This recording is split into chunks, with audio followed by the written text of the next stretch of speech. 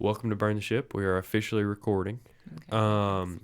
Our goal of Burn the Ship is to connect entrepreneurs with professionals that can help you go all in on your business, right? Mm-hmm. People that have walked the talk and talked the talk and have been through all of those initial experiences of a business owner, right? All of those feelings, all the ups and the downs at whatever place in your life. But we want to learn from those experiences, and we want to learn the skills that we need to be successful entrepreneurs. So I don't want to steal your thunder. Why don't you go ahead and introduce yourself and your business, my friend? Okay, great. Thanks, Bailey. So my name is Cigdem Delano, and my company is called Misa Design. It's named after my pup, Misa. And what I do is I develop innovative products to uh, meet the needs of consumers, basically. I try and come up with practical solutions, the things that will help make life easier.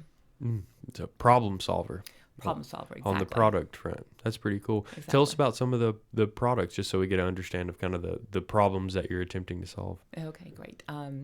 So some people focus on a specific industry. The way my mind works is it's not industry specific. It just sort of happens Mm. when I guess in my daily life. So the first product that I actually did work on, didn't go anywhere, was in the textile business, curtains. I wanted to make like really curtains that really made the room dark, and got a great solution for it, but I wasn't able to bring that to market. So that's textile. And then I worked on a pet bowl, which I happen to have here. So this bowl basically keeps the food from spilling out. I was feeding my pup raw food, and I was really concerned about hygiene, having to clean the floor and the mats and just everything. So I couldn't find a pet bowl that actually had that functionality. So I decided to try it myself, and I can later talk about how I went about that. But so I came up with this idea, and that is in the market. And the other thing that I did work on this specifically, is I always like to wear pendant necklaces. And often, like when you wear a regular pendant necklace, within 30 minutes, I've timed it, your clasp will slide to the front. Mm-hmm. And everybody around me knew me to like constantly every 30 minutes Mm-hmm. moving my clasp back. So I decided that I would see if I could come up with a solution for that, and I did. And both of these products are patented, both this one and the bowl. And so that's in the jewelry industry. And I have another product that I'm working on that's in the pet industry, and I have another one that'll be probably, I think it'll fall in hardware, house, housing construction, perhaps. Nice. So it's yeah, it's sort of all over. So tell me a story. Tell me kind of how you got into, what was your background and kind of how you got into your business as it stands today. Okay. Well, I can do that. So, most people initially, when I say that I used to be in information technology, it's like, wow, that's sort of pretty different, and it is, but it's really not either. So, I was in information technology for 34 years. That was a huge passion of mine. Love technology, using it to solve solutions, sort of Mm-hmm. like the company that you also work at, and but after 34 years, I got to a point where I was just ready to do something totally different, and I started trying to figure out what I wanted to do. I did a lot of soul searching. I even went on a trip by myself with my puppy, and talked to a lot of folks. I actually participated in a lot of like small business association activities, talked to a lot of different people, and was trying to come up with something that would be totally different than IT. And what happened was I ran across some YouTube videos that were talking about how to bring products to market. And that's when all of a sudden I thought, of course, that's what I would do, because all throughout my career, I always had a list of ideas. I would come up with product ideas, and I just keep them just for the fun of it, and would sort of dream about bringing them to market, but didn't know how. Figured that it would take a lot of time and money, which I didn't have, too busy working. And some of those products actually ended up being brought to market by other people. So I had some confidence because of that. And when I saw the YouTube clips, that's when I discovered that you can actually license rather than venturing. That's when I thought, okay, that's something that I think I can do. And it got to a point where, like, if I don't do this, I think I'm going to regret it forever, kind of thing. And the reason it makes sense for me to do that is information technology is all about solving problems. Mm-hmm. If things are working well, you don't really need technology, but if there's a problem, you need technology to solve that problem. So basically, I've taken that skill, which is sort of natural for me, and applied it to, what I do in everyday life. And I think anybody can do it when you're doing something that when you think, I wish this were this way, could I do, it would work so much better if you sort of focus in on that. You can keep talking. I'm just Yeah. going to bring the mic up a little bit. I can still hear you. Yeah, is my voice? No, Yeah. we have another podcast there. Oh, okay. We have another podcast that we do with Jay, who's the owner of my company, and he actually sits there and physically screams into the mic. He just can't. Oh, he doesn't. He can't not make himself be loud. So he turned his mic down. But no, you can continue. I'm Okay, still so you hearing can hear me. Yeah, absolutely. Okay, because my voice usually doesn't carry. But so where was I at that point? Talking about, was it problems? Yep. And how? Yep. Kind of how taking that skill set and eye for solving problems with technology into the product world. Exactly. Yeah. And just always being, it's to the point where sometimes my family will say, it's like, can you just stop thinking about trying to, just sort of accept it as is kind of thing. So I just naturally, when I see things, there's always, if you think that there's something that can be done a little differently and you pause and think about it, it could be that you could, run across a product idea as well. For sure. So that's For what sure. I do. So you just had the eye for it naturally. Can you Yeah. tell me the story about the bowl specifically? Like, walk me through what I would learn if I went and watched, 10 hours of YouTube clips like I'm a third grader. You know what I mean? Like, what is that process actually like of, identifying a problem, developing a solution, and then taking that product that solves that problem to market? Okay, so I can do that. It might be helpful to share something before that, and that would be, so it's one thing to come up with the idea, but there's so much more than that. I've discovered, you think that licensing is the end goal, and to a certain point, that's almost the beginning, and then you've got a lot of other things too. And even getting to that point, there are a lot of different steps. So what I discovered when I was watching YouTube was it's two gentlemen, Stephen Key and Andrew Krause. They have a company called Invention, and they were on there talking about how to come up with ideas, how to license. They tell success stories and everything, and that's what caught my attention. And I realized that in 2007, 2008, I had read Tim Ferriss's 4-Hour Work Week, so I'd been like really focused on how do I make money and work a little less, less harder, I guess. And it was through that book that I discovered Stephen Key's One Simple Idea book. So I bought the book, but it turned out I never read it. So when I discovered his YouTube, I made the connection, started reading the book, and learned the steps. So he's got like a 10-step process the company does that takes you through it. And so once I had that, then I started doing that on my own. And the first part is to sort of evaluate the market. That part I didn't do because, like I said, when I'm doing things, I'm always looking for ways to do it better. So I already had some ideas on my list anyway. And it says to come up with a solution actually for the market. And so when I came up with the bowl thing, so what was happening was my 10.5 pound poodle, Misa, I was feeding her raw food. And with a regular bowl, raw food inevitably falls out. So you could have a mat, you could have, those bowls with splash guards on them and everything, but you still have to wash everything. And I was real concerned about hygiene and bacteria. So I was looking for a bowl that would actually keep the food in. And so when I started thinking about that, I thought, well, it sort of needs a curve. And I started looking for bowls like that, and I couldn't find any that was like this. I found some that were similar, that were water bowls, 2-piece bowls and everything, but none of that was going to work. And when I couldn't find it, I thought, well, maybe this is an idea that I sort of work on. And I happened to have a friend who was in a company where they did 3D manufacturing. So I called him. I said, I've got this idea. I want to produce a bowl and I want to test it. Can you do it? So I worked with them to do a design. So I actually had my own design, but they did the CAD work and created it. So once we refined that, they printed it, and I brought that home, lacquered it so it'd be safe for my dog to eat from, and then tested it, and it turned out that it worked. And so that's how I came up with that. And again, if you sort of pause and think, well, how can you make a bowl that's not going to spill? And one thing that I do feel that I carry from IT is always looking at the root cause analysis. So if you look at the root, usually all the other bowls are about capturing the food after it falls on the ground. So I was thinking, well, why not capture it before then? So you don't even have to clean the mat. So when you do that, I think almost anybody can think about the curvature and say, that would sort of keep it in. And so that's what I did. So once I had that, then what you do is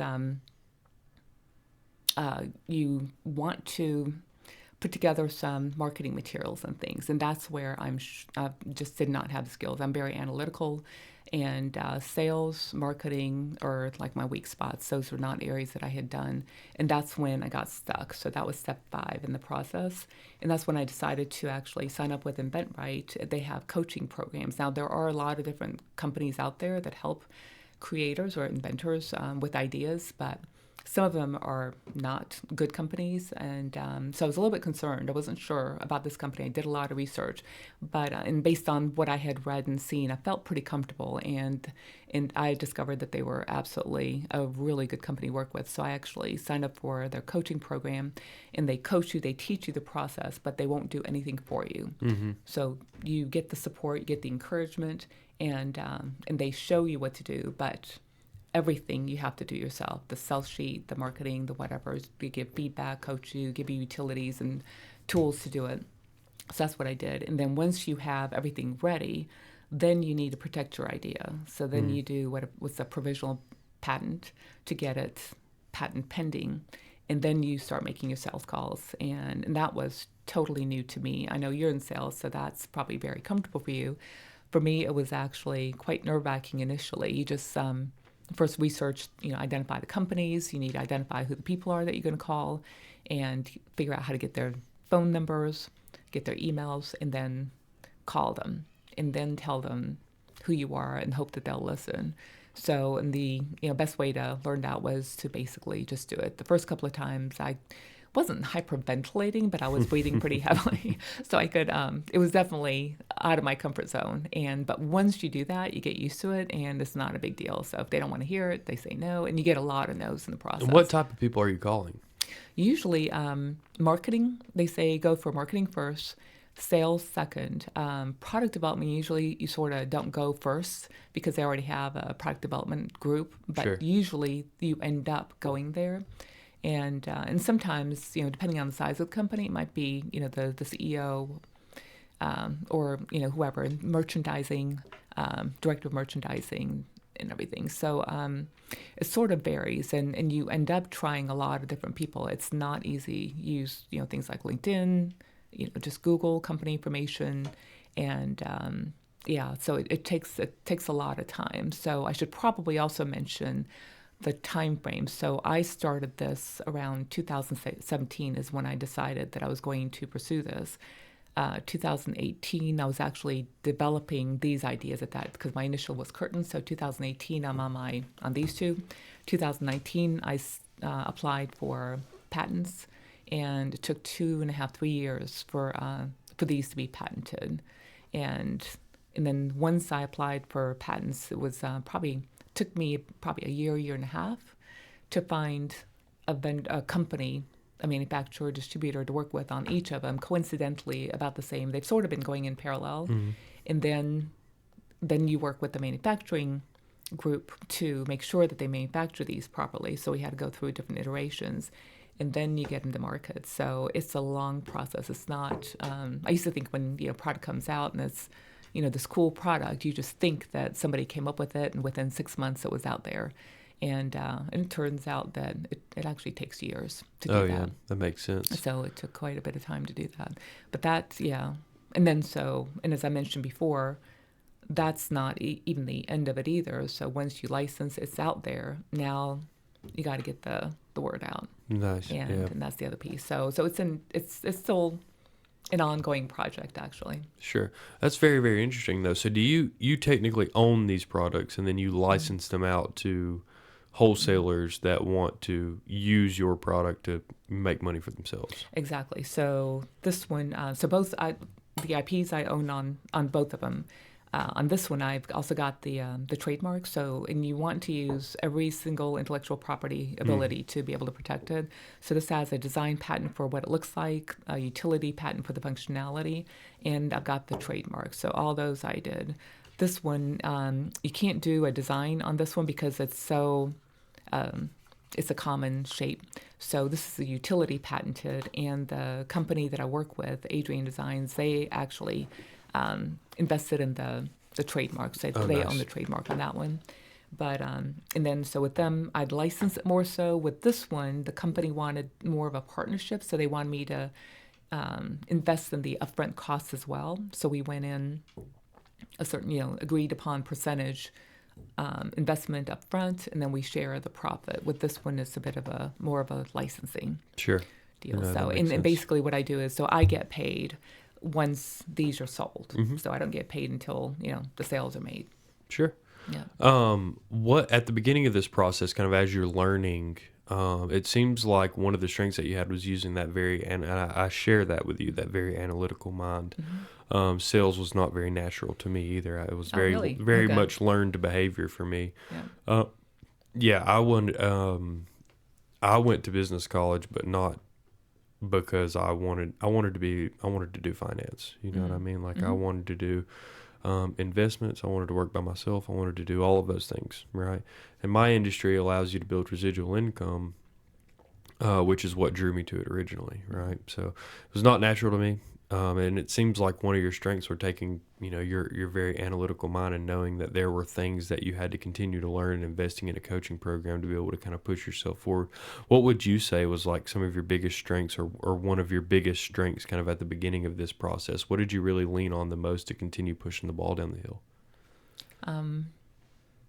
So two things sort of come to mind. I started my career with IBM, and I attended a class. I can't ever remember what the topic was, but it was some probably professional development class. And this gentleman said that when you have an opportunity and it gives you, and you look at it and you go, you've got two opportunities. So this opportunity, you love it.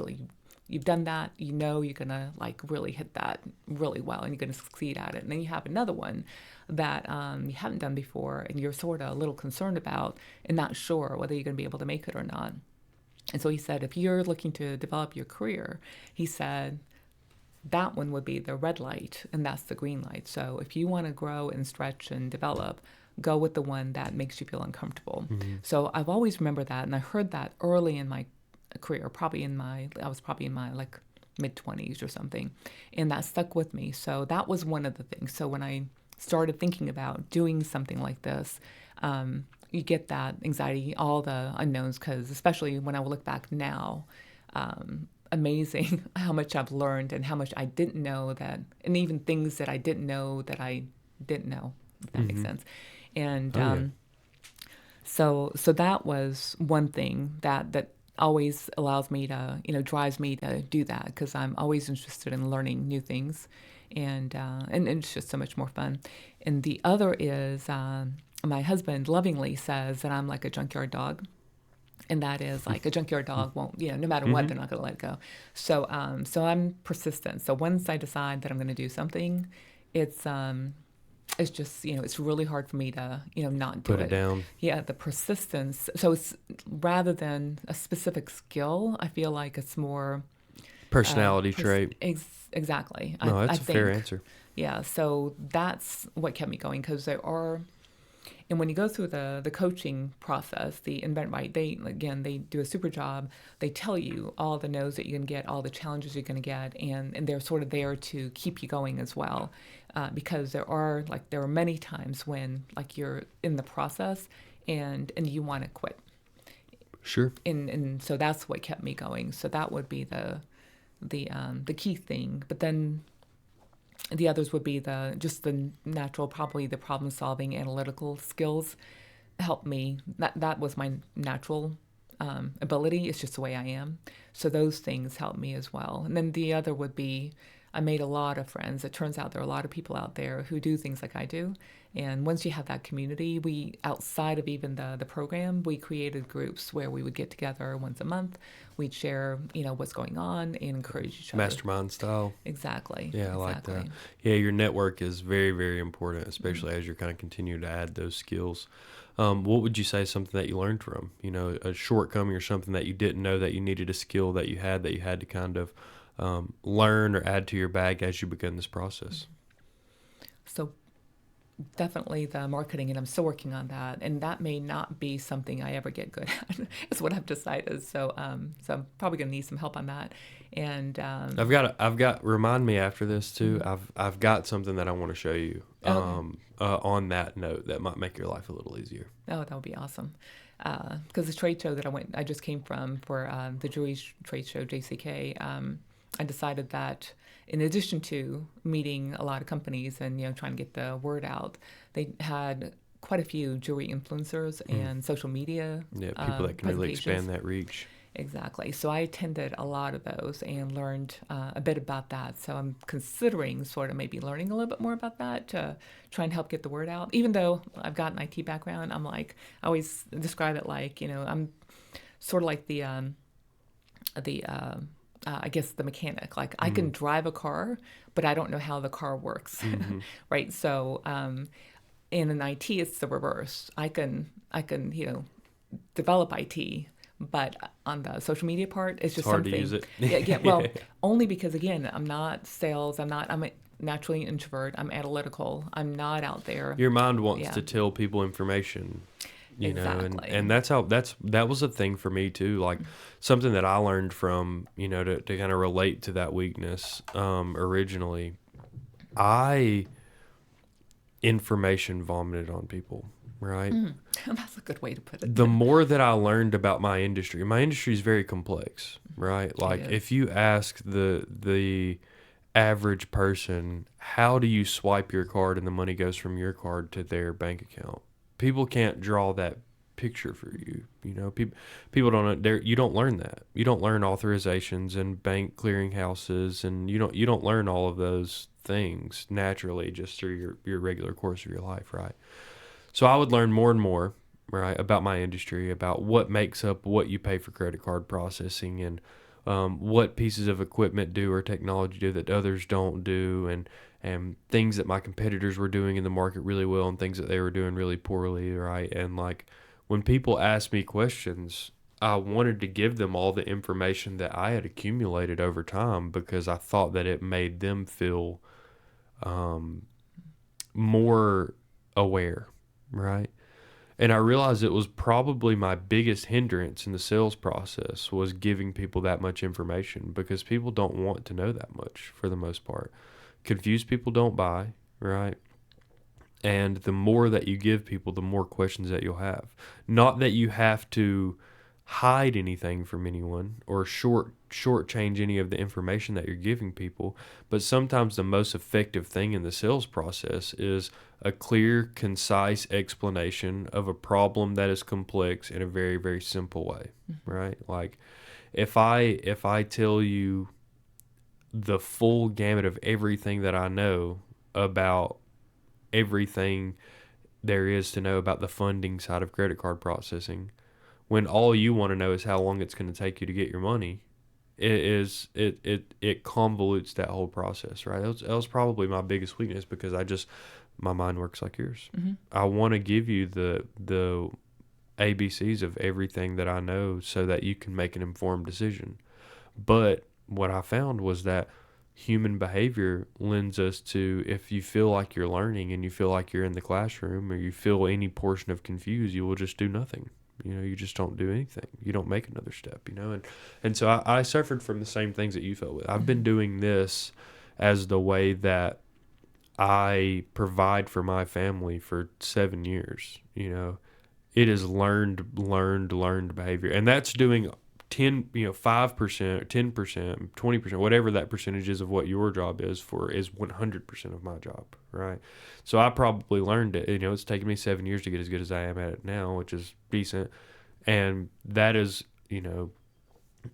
giving 5 to 10 times more time into that very one specific segment of your business is all of my business. You know what I mean? So, in maybe the same amount of time, 6-7 years, but with 5 times more focus on one thing, we're in similar places. You know what I mean? So there's a lot to learn from walking down that road with your own product and having those sales calls. So it's not an unfamiliar thing. Trust me, it's not a lack of your prowess because you don't know those things. It's because it's learned behavior. And you have to that's another thing too, is I keep saying it's like human behavior. It's human behavior because that's really what sales is, right? Sales psychology is a huge portion of what you learn in the sales space. You learn buying signs, you learn pre-closes, you learn all of those things. But really what that is boiled down is the way that you are hardwired to interact with another human. So the way to learn this game is to interact with more humans. You know what I mean? I think that might be the only leg up that I have on you, is that I've went through my sales process probably, 3 times a day for 7 years. You know what I mean? A lot. A ton of times, 1,000 times a year for a long time, so that's the only advantage I feel like I have really in the sales space, is that I've done it a lot, and I've started to understand some of the psychological aspects that make people buy and don't buy, and that makes me a decent marketer. That makes me a decent sales trainer. It's kind of added to my skill, my repertoire as well, just learning those different things. But it's not uncommon, and I don't think you're in a bad place because of it. It's just something that you'll have to roll the dice more. You'll have to keep going down that road, and it'll become a strength of yours. Probably become one of your best strengths because you're very, very analytical, and you'll be able to go through each pitch and say, here's what I did well and here's what I did poorly, because that's what I did. This originally, when COVID started, we would record our pitches. When we knew we had someone that was coming to sign up, right? We knew, like myself and Roderick, who have been here the longest. I've been here maybe like 6 months more than him, but we would hire new salespeople, and the hardest thing to do is train salespeople in a method of selling that you've never done before. Because pretty much everyone I had ever signed up before the word COVID existed, I shook their hand before I signed them up. Yeah. 95% of those people, unless you were a really, really good referral for an e-commerce business across the nation, like. That is probably the only situation or two that I had not shaken the hand of the person that I had done business with. And then we would come here and we would meet people via Zoom, and we would ask them permission to record our sales pitches, and we would go through the sales pitch. We already knew they were going to sign up because they inquired, we got a good referral. They inquired with us about credit card processing. And then we would use that as training material for the rest of our sales reps. When we do our sales meeting on Monday morning, we would show people our pitch and why they went successful and things that we could have done better. And we broke them down piece by piece. We watch film. You know what I mean? We're all athletes. Pretty much everyone in here is an athlete. College basketball, college baseball. Every single person here has played some higher level of sports, right? And so that's what we did. We watched film. We learned from it. I would encourage you to do the same thing. Record some of those and listen to yourself back and watch this podcast back, and you'll realize things that you can add to your bag and things that you can take away from some of the things that you can say that make your message more clear and concise. But it is a work in progress. And things always change, and sales is difficult, So for that to be something that you're learning, the marketing side of things, something that we're all learning. Don't feel alone, really, and that really speaking to the people behind the camera as well, is it's difficult. It's difficult for everyone, definitely. No matter how good you are at your business or your industry or how much you know. It's difficult unless you learn that specific art of delivering a clear and concise message to someone that is giving you buying signs. You know what I mean? So, it's difficult. It's very difficult. I appreciate that feedback, and that's great observation on your part too. So trust me, I from the first time that we spoke, when you were like, I'm not sure I see the parallel between my business and the podcast, and I was like, great question. Yep. Like, it's because our minds work the exact same way. You know what I mean? That we share that, that view for things. So I appreciate you coming, definitely, because that is not the normal for the podcast. The normal for the podcast is very uber spirited about your business, uber excited about what it is that you're doing, and still pushing those skills that you need to learn but you haven't yet, pushing them back, keeping your business in the same place. You have a successful business, you have a successful customer base, but it's difficult to scale your business. Like, those are a lot of the things that we overcome. You know what I mean? Exactly. Yep. It feels like you're missing a corner piece of a puzzle, maybe not even really missing it, just haven't placed it yet. And once you get that licked, and something that I'm going to show you after this, I really do think will make your life exponentially easier. But you're well on your way. Trust me, you're so well equipped from the analytical side of things, which is what people often find is their weakness. That I have faith that you'll be able to put the full picture together for sure. Yeah, so I should probably say for the audience, for anybody who's like interested in doing something like this, it's sort of unusual for me to be involved on the sales part of it as much as I am with the companies. So some of the companies, they'll license it and they don't want any involvement from they want you to develop the product and product development, and that's it. And then they do everything. So I happen to be very fortunate with both companies. It's sort of interesting. They're both family owned, and they're both mid-sized companies in the industry. One's in California, the other one's in Michigan. And they're very open to keeping me involved. I go to trade shows with them, and so they're allowing me to to sort of help with that.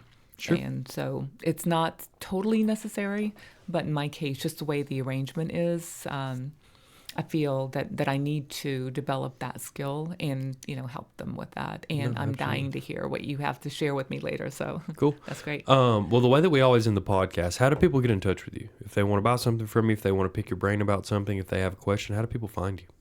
Okay, so in terms of the products, I'm not selling it, like I mentioned. So I'm personally not selling it. And the companies that I work with don't sell necessarily directly to consumers other than Unspill-a-Bowl. So this one's on house.com. So if you've got a pet and you want concerned about hygiene, and also it also keeps long ears clean too, by the way. And it's a great travel bowl. But so this is on house.com if you want to look at that.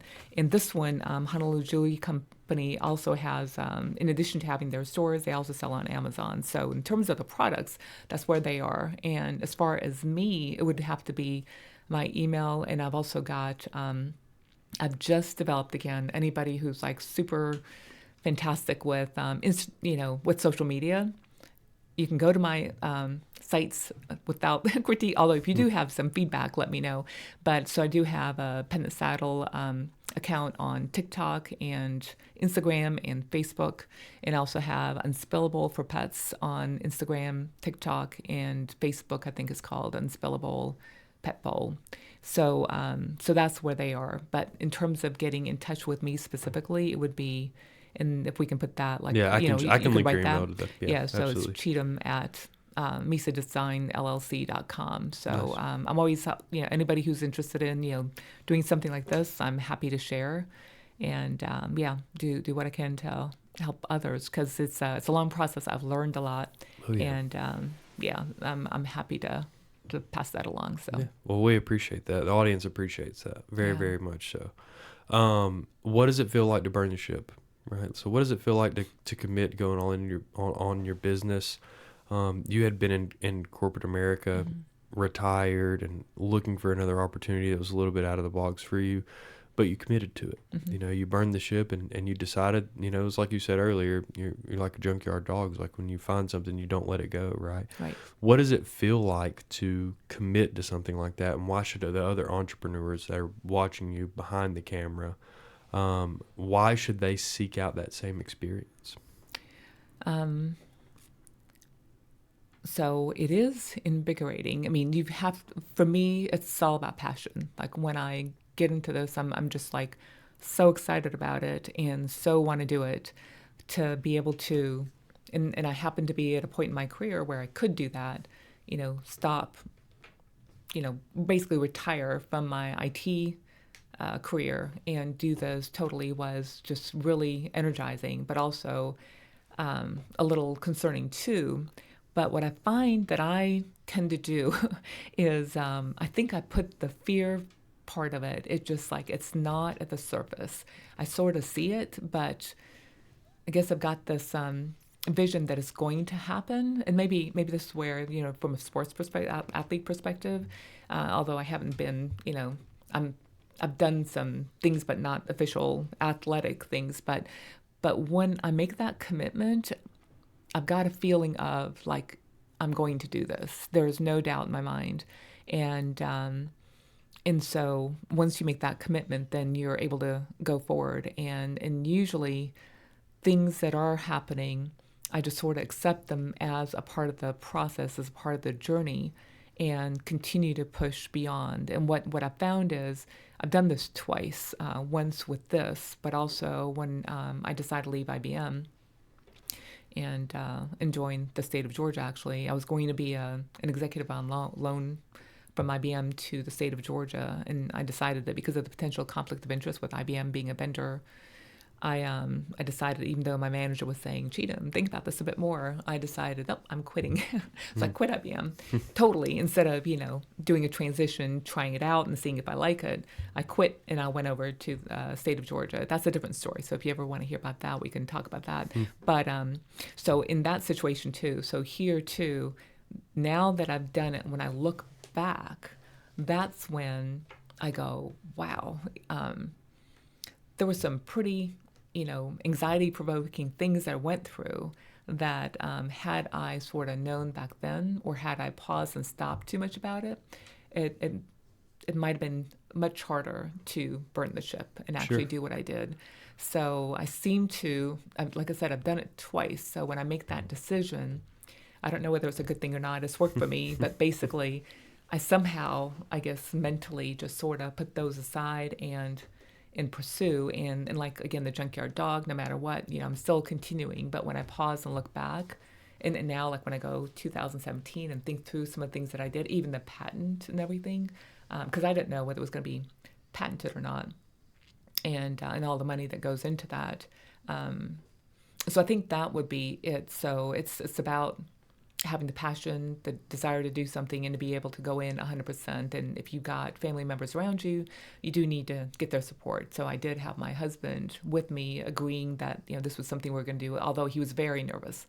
He would probably give you a different story in terms of burn the ship and what it felt like to him. But thankfully, he kept that to himself and allowed me to do this. Didn't put the clouds on the light. Yeah. So he was there. He just when he's not saying much is when I know that he's quite concerned. No, yeah, I understand that. But yeah, so that would be yeah. That was your experience. Huh? Yeah, that was it.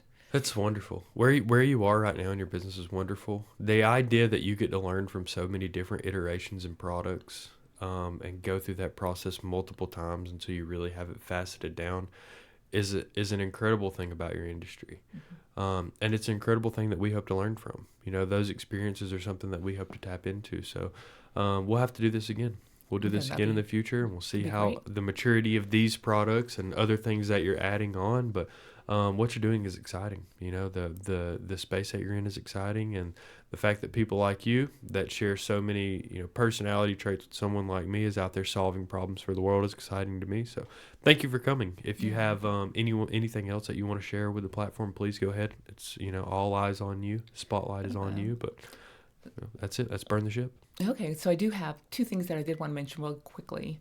One is how the significance of going to trade shows, especially with products and things. So that is a whole totally different kind of an experience. And the other thing that I want to mention is, in addition to doing this work by myself, I actually partnered up with a few other creators. I've got Tim Brennan, who is in London, England, and he's got, I think, at least 2 products in the market that he was doing. And then I've got a friend, Michelle Morrison, in Ohio, who has 1 product that's out in the market. And then I have Aiko Allegria, who is out of California.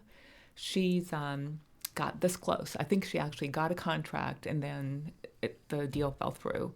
And then we got me. So we've got 4 people like me. We sort of, I guess we're creators, decided to come together and see if we can come up with a product and bring it to market. So in addition to doing that, so we do our one-on-one, but then we do this one, which gives us the support that we need. So we also sort of tap into each other, get some feedback on our other things, but working to identify problems and solve and produce a product there too. So I just thought that was sort of an interesting thing that perhaps the audience might like, because you could also growing the team. Yeah, you could do it as a team, with somebody that you trust as well.